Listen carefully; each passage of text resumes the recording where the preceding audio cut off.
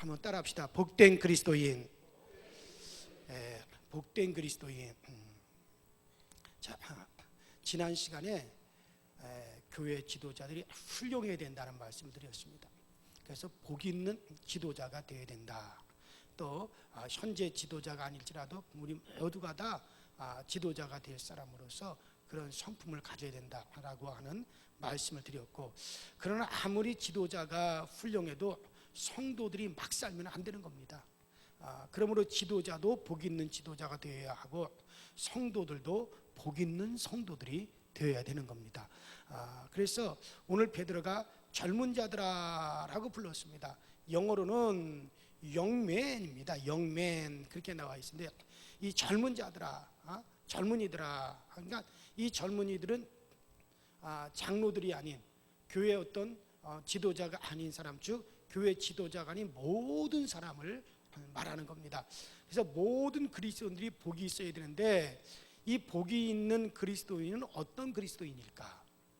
오늘 본문에 베드로가 성령이 충만해가지고 자기가 목회하고 있는 그 교회, 또 자기의 설교를 들으면서 신앙생활하는 그 교우들을 향해 가지고 이제 그 베드로가 이제 말을 합니다. 자, 뭐라고 얘기하느냐? 젊은 자들아, 이와 같이 장로들에게 순복하고. 여기서 순복이라는 말은 순종이 아닙니다. 이건 복종에 가까운 말이에요.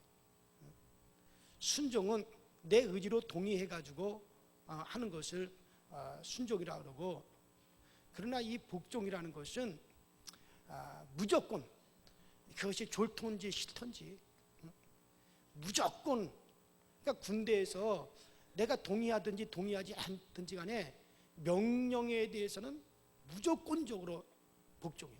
무조건적으로 따라야 돼.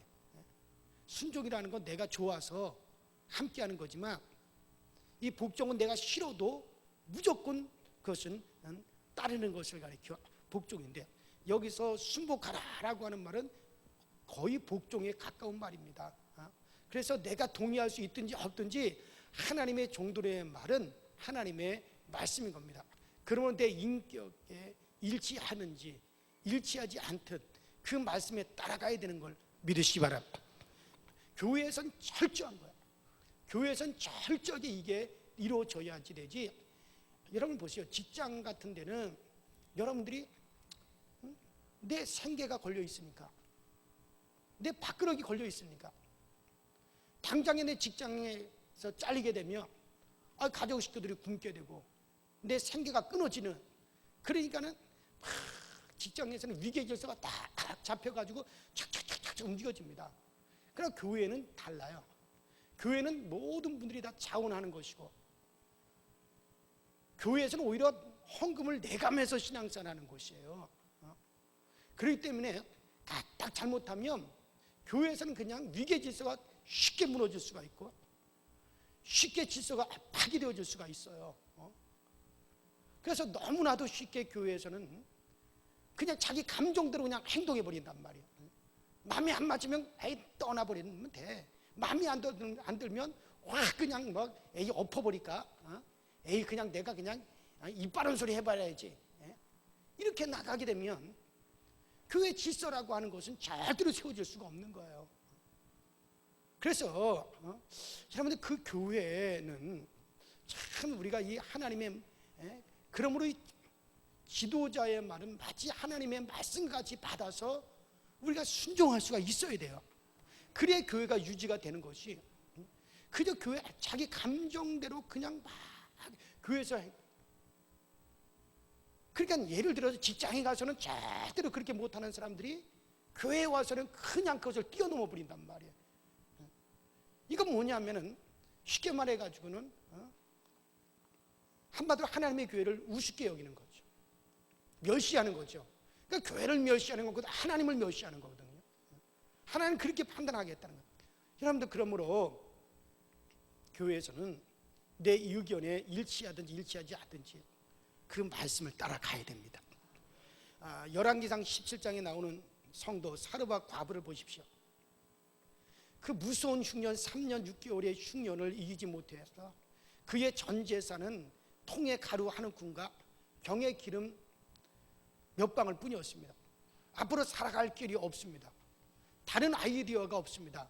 그래서 그것으로 마지막 음식을 만들어 먹으려고 그 성문 가까운 곳에서 나뭇가지를 줍고 있었어요. 그때 하나님의 사람 엘리야가 오더니 말을 했습니다. 부인, 내가 아주 목이 마르니까 가서 물 한 그릇만 가져다 주시오. 그 물을 들어가는 사이에 엘리야가 소리를 지릅니다. 그리고 나를 위해서 떡 한 조각도 갖다 주시오. 이 사르밧 과부, 이 성도가 솔직하게 말을 합니다. 하나님의 사람이요, 하나님의 사람이요, 죄송합니다. 제 집에 떡이 없어요. 있는 것은 가루 한 움큼과 기름 몇 방울밖에는 없는데요. 그것으로 이제 마지막 떡을 부쳐 먹고, 그리고 내 아들과 함께 그것을 먹고 함께 죽으려고 지금 나뭇가지 몇 개를 줍고 있던 그런 참이었습니다. 설마 그것을 달라고 하시는 것은 아니겠죠? 그때 엘리야가 무엇이라고 합니까? 그것으로 먼저 떡을 만들어 가지고 먼저 내게 주시오. 그 다음에 떡을 만들어 아들과 함께 먹으시오. 하나님께서 말씀하시기를 그 통의 가루와 그 병의 기름이 이 땅에 비가 내릴 때까지 결코 마르지 아니할 것이오. 그렇게 말씀하셨어. 지금 여러분은 이 말씀을 듣고 아멘을 안 하는 이유가 나도 절대로 그렇게 못한다 라는 뜻으로 아마 아멘을 안 하는 모양인데, 그때 사르밧 과부가 정말 아멘을 할 수 있었겠어요? 그게 마지막 떡이에요. 아무리 하나님의 사람이라고 하지만 마지막 남은 떡, 생명 같은 떡을, 그것도 배가 고파 굶주리고 있는 자식에게 떡을 붙여서 다식을 주고 자기도 조금 먹고 그리고 죽으려고 하는 그것도 생명 같은 떡을 먼저 달라고 하더니, 야, 아니 그런 얌체 같은 하나님의 사람이 어디 있단 말입니까? 아니 체면도 없지. 어떻게 하나님의 사람이 그걸 자기한테 먼저 가져달라고 합니까? 그러나 사르밧 과부는 어떻게 합니까? 순종합니다. 복종합니다. 하나님의 사람의 말이니 그대로 순종해서 그저 침만 꿀떡꿀떡 삼키고 있는 그 아들 옆에서 떡을 붙여가지고, 그래서 하나님의 사람에게 먼저 갖다 드립니다. 그랬더니 그 통의 가루가 기적같이 솟아나고 병의 기름이 자꾸 솟아나서 비가 오고 곡식이 나올 때까지 그들이 굶지 않고 살게 되었습니다. 할렐루야. 하나님의 말씀을 따라하며 지도자가 하는 말을 따라하면 되어지는 거예요. 우리나라 최고의 야구 선수 중에 한 선수는 11조의 왕입니다. 그가 6년이 뭐야, 한 10년 전에 굉장히 큰 돈을 받고 그 프로 야구단에 입단할 때 그 엄청난 계약금 그 11조를 떼어가지고 하나님께 바쳤습니다. 또 홈런을 많이 해서 황금으로 된 야구 방망이를 이 사람이 선물로 받자 그것도 돈으로 계산해서 하나님 앞에 11조를 드렸습니다. 어떻게 해서 그렇게 철저하게 11조를 하세요? 어떻게 그렇게 철저하게 11조 생활을 하십니까? 그가 대답하기를, 예, 저희 어머니 영향을 받아서 그렇게 합니다. 그런데 그의 어머니가 기도한 대로 그가 홈런을 쳤답니다. 그의 어머니가 이번에는 우리 아들이 20개의 홈런을 치게 해주세요라고 기도했을 때는 22개의 홈런을 쳤대요. 그 어머니가 이번에는 30개의 홈런을 치게 해주세요라고 기도했을 때는 32개의 홈런을 날렸대요. 항상 하나님께서 2개를 보너스로 주셨대요. 어머니가 기도한 것에 대해 항상 2개의 보너스를 항상 주셨답니다. 그래서 그의 어머니의 기도를 하나님이 항상 들어주셨고 그의 신앙이 투철하고, 그래서 그의 어머니가 말씀하는 대로, 얘야, 얼만큼의 상금을 받든지 얼만큼의 네가 이득을 얻든지 꼭 11조 들어야 된다. 그래서 그 어머니의 영향을 받아서 자기는 그렇게 철저하게 그렇게 한다고 그렇게 그가 신앙 고백을 했습니다. 여러분, 그래요. 아무리 어려운 상황이라도 하나님께서 세워주시면 세워지는 줄로 믿습니다. 순종하면 자기도 복을 받고 교회도 잘 됩니다. 순종하면 건드릴 자가 없어요. 건드릴 자가 없습니다. 지도자에게 비난할 점이 있고 지도자가 자기 마음에 들지 않아도 우리는 지도자에게 순종해야 됩니다. 목회자가 도덕적으로, 이성적으로, 물질적으로 크게 잘못된 것이 없는 것과, 특별히 그 목사가 이단이 아니라면 절대 비난하지 마세요. 아멘 안 한다는 건 비난하겠다는 거예요. 저 현 목사가 성경과 달라, 영 성경과 다른 이야기를 하고 이단으로 나가. 도덕적으로, 윤리적으로 현 목사가 막 살아. 그리고 여러분들 교회에 큰 손해를 끼치고 있어. 그럼 비난하세요. 비난받아 마땅한 비난 받아야지. 그걸 무조건 비난하지 말라 그러면 어떻게 해? 그러나 그 위에 그런 것이 없는데 절대로 비난하지 마세요. 그래도 아멘 안 하고 있어. 여러분 그래요. 비난을 삼가야 돼요. 어떤 분들은 아주 습관적으로 그냥 목사라면 그냥 헐뜯고 목사라면 비난하는 분들이 있어요. 절대로 자기에게도 자기 자손에게도 절대 유익함이 없다고 성경이 그렇게 말씀하고 있습니다. 서울의 어느 곳에 두 식당이 서로 이렇게 두 식당이 마주보고 있는데, 한 식당은 장사가 아주 잘 되고 한 식당은 장사가 안 됐습니다. 여러분 잘 되는 식당도 이유가 있고 안 되는 식당도 이유가 있는 겁니다. 잘 되는 식당에 가보십시오. 손님이 필요로 한 것을 손님이 말하기 전에 미리 탁탁탁탁 갖다 놔줘요. 그리고 손님에게 얼마나 관심을 갖는지 몰라요. 그러나 안 되는 식당에 가보면 몇 번씩 소리쳐도 오지 않고 서비스가 좋지 않습니다. 손님은 음식을 먹으면서 에이 다시는 이 식당에 오지 말자. 그게 자꾸 번져나가면 안 오는 거예요. 음식 재료가 조금 비싸도 넉넉히 주면 손님들이 자꾸 밀려올 텐데 채소 몇 입장 가지고 벌벌벌벌 떠넣어. 그러다 손님들 다 떼이고 마는 거예요. 그런데 이 서울에 장사가 서로 두 식당이 서로 딱 마주보고 있는데 장사가 잘 안 되는 식당 주인은 자기 잘못을 모르고 맨날 잘 되는 그 식당 그 주인만 미워했습니다. 하루는 잘 되는 식당을 망하게 하려고 이 잘 안 되는 식당의 주인이 종업원과 쫙 짜고서는 그 식당으로 가서 음식을 사 먹었습니다. 손님이 제일 많을 때 자기들이 잡아온 똥파리를 갖다가 음식에다 싹 집어넣고 소리를 질렀어요. 아니 이게 뭐야? 아니 세상에 이게 뭐야? 파리잖아.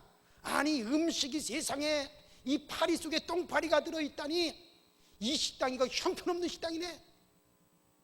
이 식당 이거 큰일 날 식당 아니야 이거.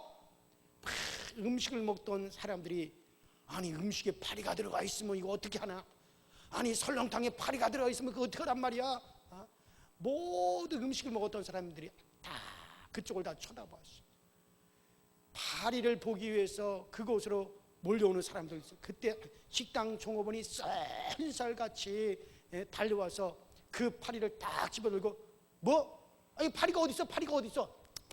이거 건포도네. 꿀꺽. 이거 건포도잖아. 꿀꺽. 삼켜버렸어요. 그걸 다시 토해내겠어요? 에이 건포도 맞네. 손님 건포도를 파리로 잘못 보셨어요. 이거 건포도가 들어갔습니다. 아이고 죄송합니다. 눈이 나쁘네요. 그러면서 그걸 꿀떡 삼켜버렸단 말이에요. 그 식당을 망하게 하려고 똥파리를 잡았던 맞은편 식당 주인과 종업원은 할 말이 없었습니다.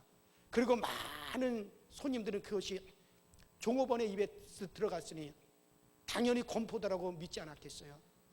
그래서 그 식당이 위기를 면할 수가 있었답니다. 아무리 좋은 집에도 시험이 올 수 있지만 사랑하는 마음만 있으면 파리를 먹는 식당의 종업원처럼 막을 수가 있는 겁니다. 아무리 좋은 교회도 시험에 파리가 올 수 있어요. 똥파리 같은 시험의 파리가 날아다닐 수가 있습니다. 그것을 우리가 막아야 되는 거예요. 누가 막아야 돼요? 여러분들이 막아야 되는 거예요. 그 똥파리 같은 시험이 그게 막 교회 날아다닐 수 있단 말이에요.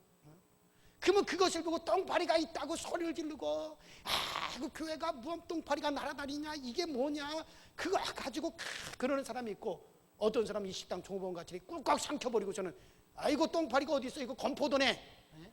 아이고 손님 눈이 나쁘시네요. 건포도를 똥파리로 착각하셨네요.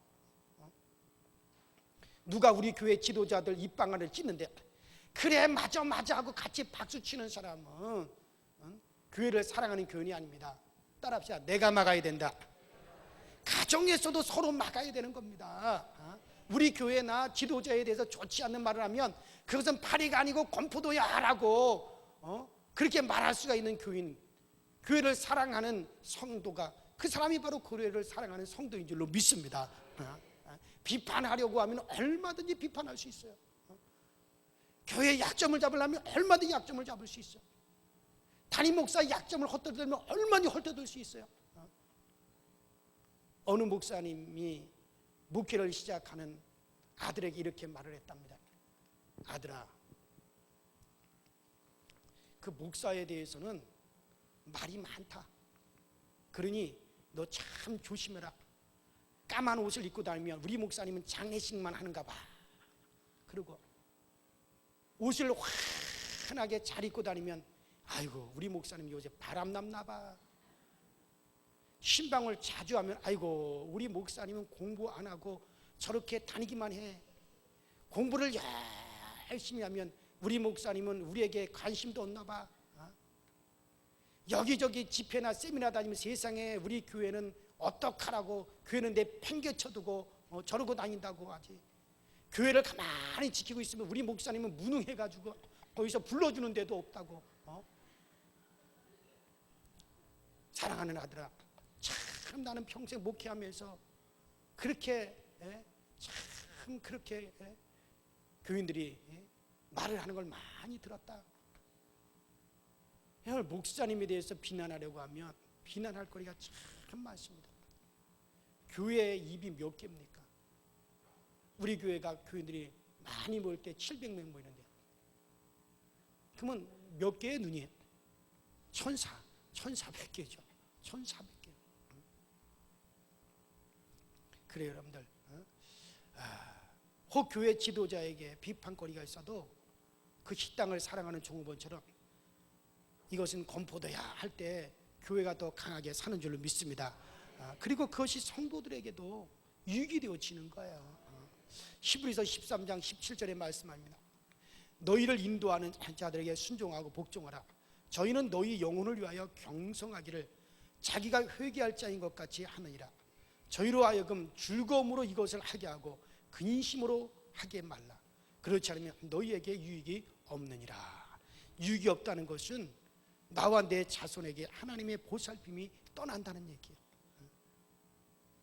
지도자가 부족해도 그럼에도 불구하고 하나님께서 세워주신 지도자니 그 지도자를 따르면 하나님께서 책임지실 줄로 믿습니다.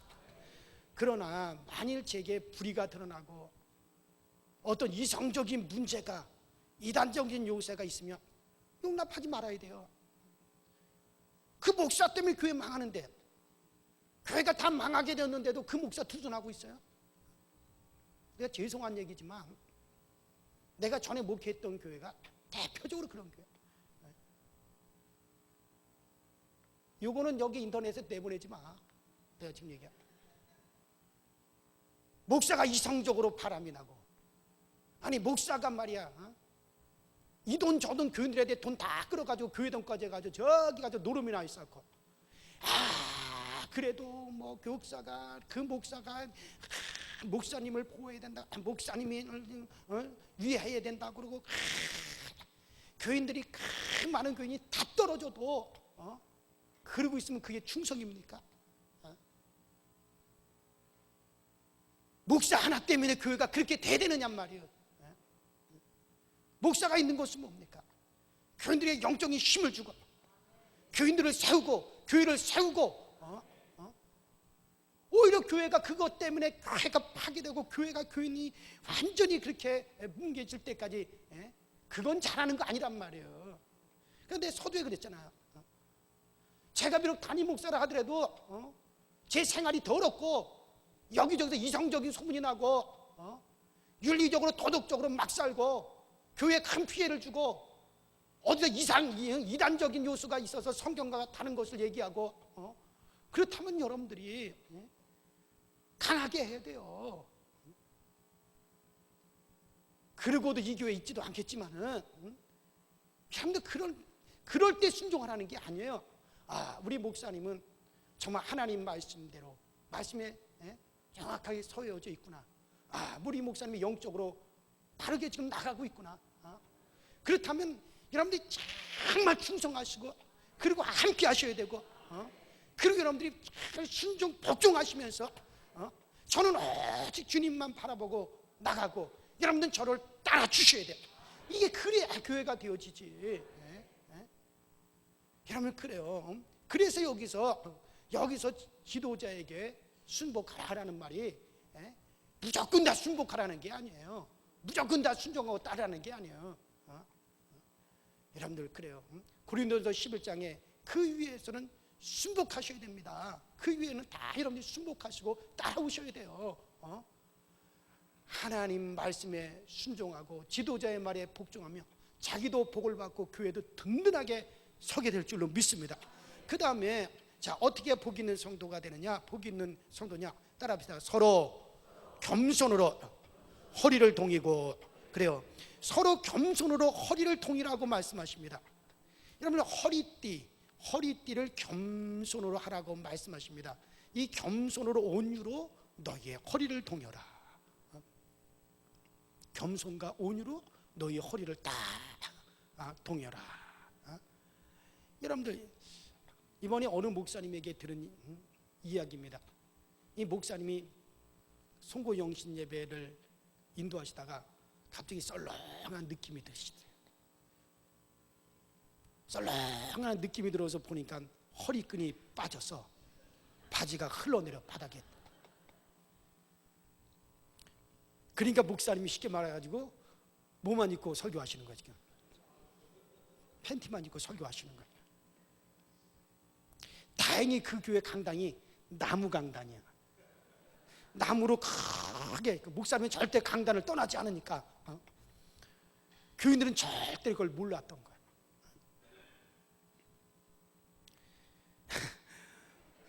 만일 우리 교회처럼 그 교회 강단이 크리스탈로 되어 있거나 저처럼 앞에 나와가지고 이렇게 설교를 하는데 이게 내려가 있다면 그게 어떻게 되겠습니까?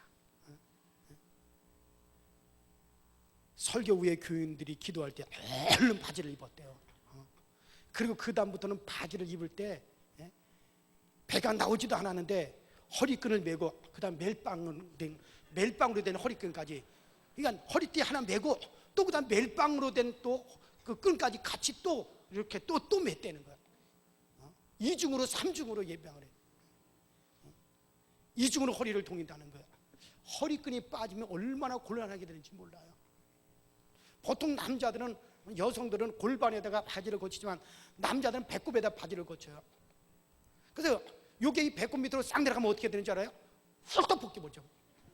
보통 남자들은, 그래서 딱 저도 배꼽에다 딱 갖다 허리끈을 딱 맨단 말이에요. 보통 남자들이 다 그렇게 해요. 그러면 허리끈이 남자들에게는 상당히 중요하죠. 그래요. 허리끈이 빠지면은 참 여러분들 난처한 겁니다. 그래 여러분들, 자 마찬가지예요. 겸손히 허리띠가 빠지면 안 됩니다. 겸손히 허리띠가 빠지면 시험에 드는 겁니다. 교회에서뿐만 아니라 가정에서나 어디에서나 겸허할 때 하나님께서 복 주시는 빛나는 성도가 될 줄로 믿습니다. 그래서 우리 모두가 겸손으로 온유함으로 너희의 허리띠를 동이라는 거예요. 김익두 목사님은 참 바보처럼 겸손했대요. 우리 교회사에서 김익두 목사는 깡패 김익두가, 서울 장안에서 가장 소문난 깡패 김익두가 변화돼가지고 목사가 된 이야기는 참 유명한 이야기죠. 이 김익두 목사님이 예수를 믿기 전에는 무서운 깡패였습니다. 그가 얼마나 무서웠던지 사람들이 시장에 갈 때 찬물을 떠놓고 오 산신령이요 오늘은 절대 김익두 만나지 않게 하여 주옵소서 그리고 빌었답니다. 그렇게 악명이 높았던 깡패 김익두가 예수를 믿은 다음에 이 사람이 변해가지고 아주 겸손한 목사님이 되셨어요.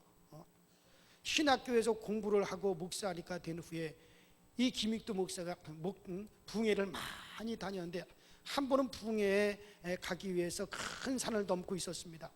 무더운 여름에 산을 넘자니 그저 땀이 비 오듯이 줄줄줄줄 막 흐르네요. 그렇게 해서 겉옷을 벗어가지고 땀을 말리고 있는데 맞은편에서 올라오던 술 취한 사람이 비틀비틀 하면서 맞은편에서 술 취한 사람이 올라오는 거예요. 아이 기분 나쁘게 말이야. 누가 나보다 먼저 올라왔어.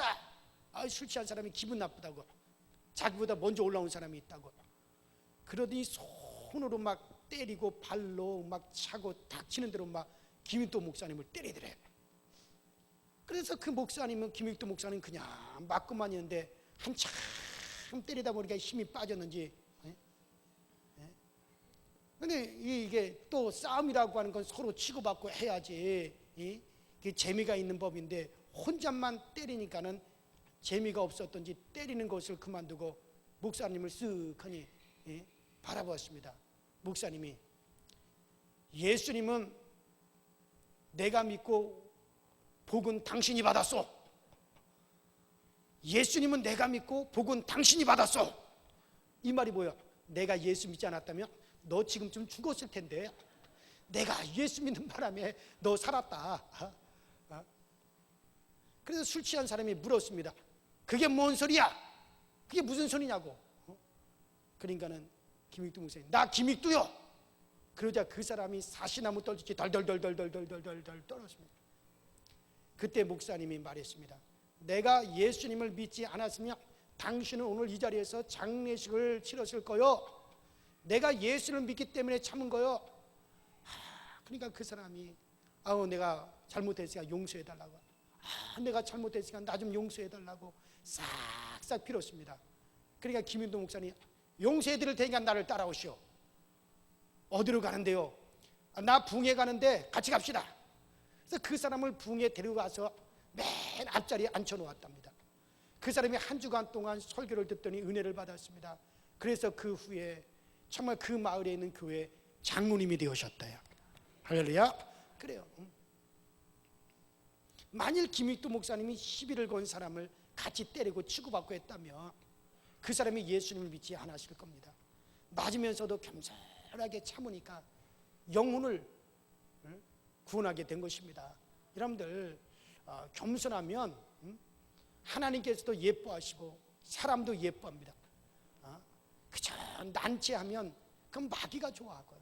잘난치하면 사단이 그를 사용하게 되어지는 겁니다. 그런데 겸손의 뿌리는 하나님의 전능하신 손 아래에 있는 거예요. 여러분들 겸손한 사람은 때가 되면 결국 전능하신 하나님께서 반드시 높여주시는 거예요. 너희가 겸손하라. 겸손하라. 때가 되면 하나님이 너희를 높이시리라. 미국의 남북전쟁이 한창이었던 어느 봄날 그 테일러라고 하는 사람이 있는데 이 사람이 농장을 하고 있었어요. 근데 어느 날 그 농장에 한 소년이 남자 한 청년이 와서 말했습니다. 제게 일자리 좀 주세요. 나에게 일자리 좀 주세요. 그때 테일러 씨는 그 소년을 머슴으로 썼습니다. 땔감도 준비하고 소를 먹이고 농사일을 하게 했습니다. 그리고 창고에 건초더미에서 이제 잠을 자게 했습니다. 그런데 그만 그 테일러 씨의 딸이 그 머슴을 사랑하게 되었어요. 머슴이지만 늘 겸손하고 성실하고 그리고 예의가 바르니 사랑하게 되었는데 그 머슴도 주인의 딸을 사랑을 했습니다. 두 사람의 사랑이 뜨거워졌을 때 그 아버지인 테일러 씨가 눈치를 챘어요. 야 이놈아, 네가 감히 우리 집에서 일하는 머슴 주제, 아니 감히 내 딸을 갖다가 주인의 딸을 덤봐? 그러면서 이 테일러 씨가 그 머슴을 쫓아냈습니다. 그 딸과 헤어지게 했습니다. 그 후로 30년의 세월이 지났어요. 테일러 씨는 헛간에 그 헛간을 새로운 시설을 하기 위해서 헛간을 이렇게 살펴보다가 헛간의 기둥에 새겨져 있는 글을 발견을 했어요. 제임스 가필드. 그 제임스 가필드는 미국 대통령의 이름이었습니다. 가만히 생각해 보니까 40년 전에 자기 집 모습으로 있었던 그때 젊은 소년이 바로 제임스 가필드였어요. 그리고 30년 전에 그 소년의 얼굴이 바로 지금의 대통령의 얼굴이었어요. 내가 30년 전에 쫓아냈던 그 소년이 바로 미국의 대통령이 되었던 겁니다. 테일러 씨는 겸손했더라면, 그가 겸손했더라면 대통령 사회를 볼 뻔했는데 멸시하고 쫓아냈다가 그 다음에 후회할 수밖에 없었던 것이죠. 그런데 그 제임스 가필드는 참 대통령이 되었을 때 그렇게 겸손했다고 합니다. 하나님을 믿는 사람이니, 예수를 잘 섬기는 사람이니 그렇게 겸손했다고 합니다. 여러분들, 그래요. 하나님의 말씀은 결코 변치 않습니다. 우리 주님께서 너희는 겸손하라. 때가 되면 하나님이 너희를 높이시리라. 세상은 변합니다. 걸어다니던 사람이 말을 타고 자전거를 타다가 또 자동차를 타고 비행기를 탑니다. 자동차도 자꾸 변합니다. 그러나 모든 것이 다 변해도 우리 하나님의 말씀은 1.1핵이라도 변함이 없어요. 그대로 지켜지고 그대로 이루어지는 겁니다. 겸손한 자가 복을 받습니다. 순종하는 자가 복을 받습니다. 이것은 우리 주님께서 다시 오실 때까지 결코 변함이 없습니다. 지도자나 성도나 겸손하고 순종하면 하나님께서 사랑하시고 세워주시는 거예요. 자기를 낮추세요. 제가 목사니, 내가 목사다 하고 내가 목이나 빳빳하게 세우고 내가 잘난 체나 했었고, 내가 목사인데, 그러면 내가 권위만 세우고 다니면 누가 저를 좋아하겠어요? 목사도 겸손하게 자기를 낮출 줄 알아요. 우리 성도들도 겸손하게 자기를 낮추고 서로 우리가 상대방을 높이고 서로 존중하고 그래요. 그러면 하나님께서 우리 교회를 사랑하시고 우리 강서제일교회를 세워주실 줄로 믿습니다. 그리고 겸손할 때 매력이 있는 거예요. 오늘 본문 5절에 하나님은 교만한 자를 대적하시되 겸손한 자들에게 은혜를 주시느니라. 그래요. 은혜가 뭡니까? 매력입니다. 신앙의 매력입니다. 그래서 겸손하면 사랑도 받게 됩니다. 하나님의 긍휼을 받게 됩니다. 우리 모두가 다 우리가 복된 성도들이 되십시다. 정말 복된 성도가 다 되어서 끝까지 우리가 정말 여러분들 지도자의 말에 순종하고 복종하시고 겸손으로 허리를 잘 동이시고, 그래서 우리 모두가 정말로 복된 성도의 길을 잘 걸어가서 우리 모두가 정말 하나님의 은혜를 넘치게 받을 뿐만 아니라 나 때문에 다른 사람들에게까지 정말 그리스도의 빛이 참 왕성하게 비춰질 수 있게 되기를 주의 이름으로 축원합니다.